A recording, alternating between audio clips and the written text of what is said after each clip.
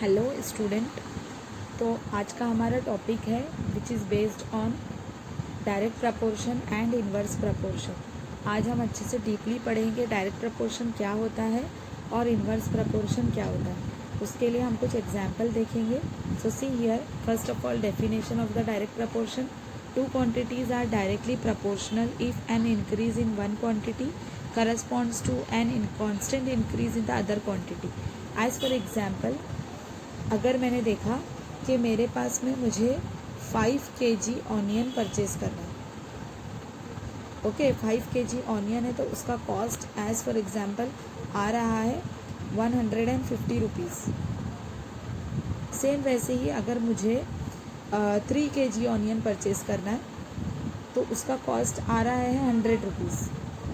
तो यहाँ पर क्या हो रहा है, अगर क्वांटिटी इंक्रीज़ होती है तो मनी भी इंक्रीज़ हो रहा है, अगर क्वांटिटी डिक्रीज़ होती है तो मनी भी डिक्रीज़ हो रहा है। तो जहाँ पर ऐसे कंडीशन में जहाँ पर दोनों भी एक क्वांटिटी और कॉस्ट इंक्रीज़ हो रही है साथ में या डिक्रीज़ हो रही है, तो वहाँ पर हम बोलेंगे कि it is a direct proportion. Okay, now see here the some example.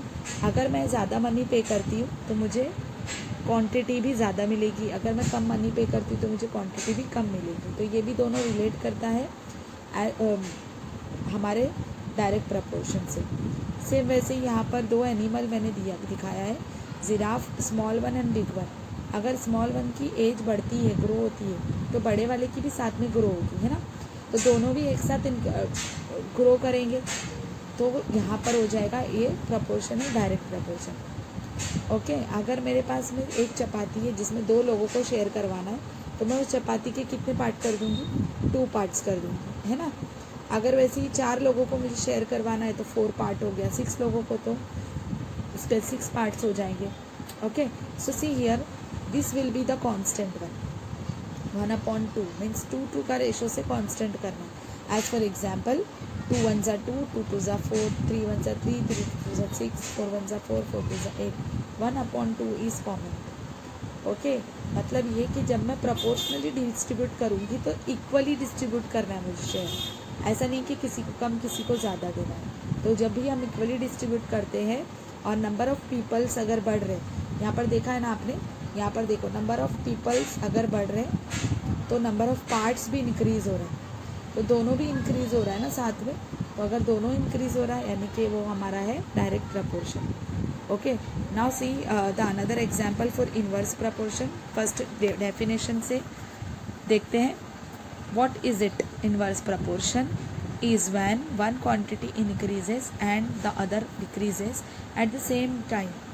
यहाँ पर इसका मतलब है कि अगर एक क्वांटिटी बढ़ती है तो दूसरी डिक्रीज होगी। एग्जाम्पल देखते हैं, देखिए अगर यहाँ पर मैंने एग्जाम्पल दिया है, a boy is going from home to school by using walking means foot. If he is using a communication mode by foot, तो अगर वो पैदल जाता है तो उसने कितने मिनट ले लिए, 40 मिनट्स। अगर वो साइकिल से जाता है तो उसने ले लिए 30 मिनट्स। अगर वो बस वैन से जाता है तो उसने ले लिए 15 मिनट्स। तो यहाँ पर क्या हो रहा है बेसिकली, अगर मेरा स्पीड बढ़ रहा है तो मेरा डिस्टेंस और क्या बोल सकते हैं टाइम डिक्रीज़ हो रहा है ना। स्पीड अगर मैं बढ़ा रही हूँ तो मेरा टाइम कम हो रहा है, अगर मैं स्पीड को कम कर देती हूँ तो मेरा टाइम क्या हो जाएगा, बढ़ जाएगा। ओके, तो यहाँ पर अगर एक क्वांटिटी इंक्रीज़ होती है तो दूसरी क्या हो जाती है, डिक्रीज़ हो जाती है। एग्जाम्पल है हमारा inverse proportion. Now let's have a look to other example. See here, मैंने एक एग्जाम्पल ऐसे लिया है जिसमें आपको शेयरिंग करना है। ओके, ऑटो शेयर करना है जिसका टोटल कॉस्ट है 30 रुपीज़। तो अगर मैं सिंगल पर्सन जाती हूँ तो मुझे 30 रुपीज़ पूरा पे करना है। लेकिन अगर मैं 2 लोगों के साथ जाती हूँ, यानी मेरे 2 फ्रेंड्स को मैंने शेयर करवाया, तो एक को 15 रुपये देना पड़ेगा, 15 रुपीज़। ऐसे ही अगर मैं 3 शेयरिंग में जाती हूँ, इनके मेरे 3 फ्रेंड्स को अगर मैं लेकर जाती हूँ, मुझे एक को कितना पे करना होगा, 10 रुपीज़। अगर मैं 5 फ्रेंड्स को लेकर जाती हूँ तो मुझे एक को कितना पे करना होगा, एक बंदा कितना पे करेगा, 6 रुपीज़। तो यहाँ पर क्या हो रहा है, नंबर ऑफ़ पीपल इंक्रीज हो रहे हैं और शेयरिंग का रेट डिक्रीज हो रहा है। ओके, तो यहाँ पर देखो, when friends increase cost decrease. It is nothing but the example of inverse proportion. Okay, see here, अभी यहाँ पर बहुत सारे बच्चे, तो अगर मैंने काउंटिंग किया तो टोटल 8 चिल्ड्रन है। 8 चिल्ड्रन है तो मुझे पिज़्ज़ा के कितने स्लाइस निकालने पड़ेंगे? 8, इक्वली डिस्ट्रीब्यूट करना पड़ेगा, है ना। सेम वैसे ही यहाँ पर दूसरा एग्जाम्पल है, ये हमारा बैड प्रपोर्शन का एग्जाम्पल है। क्यों? क्योंकि दोनों भी इक्वल साइज़ के नहीं है, दोनों का वेट अलग अलग है, तो इक्वली डिस्ट्रीब्यूट नहीं हो रहा है ना। बट अगर एक इंक्रीज हो रहा है तो दूसरा क्या हो जा रहा है? डिक्रीज हो जा रहा है ना। But it is a bad proportion we can say. So always use good proportion, give equally distribution to everyone.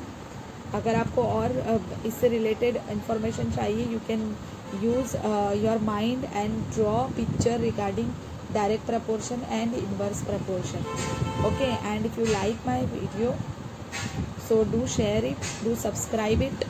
Okay, in the next video we will going to proceed practice set regarding direct proportion and inverse proportion.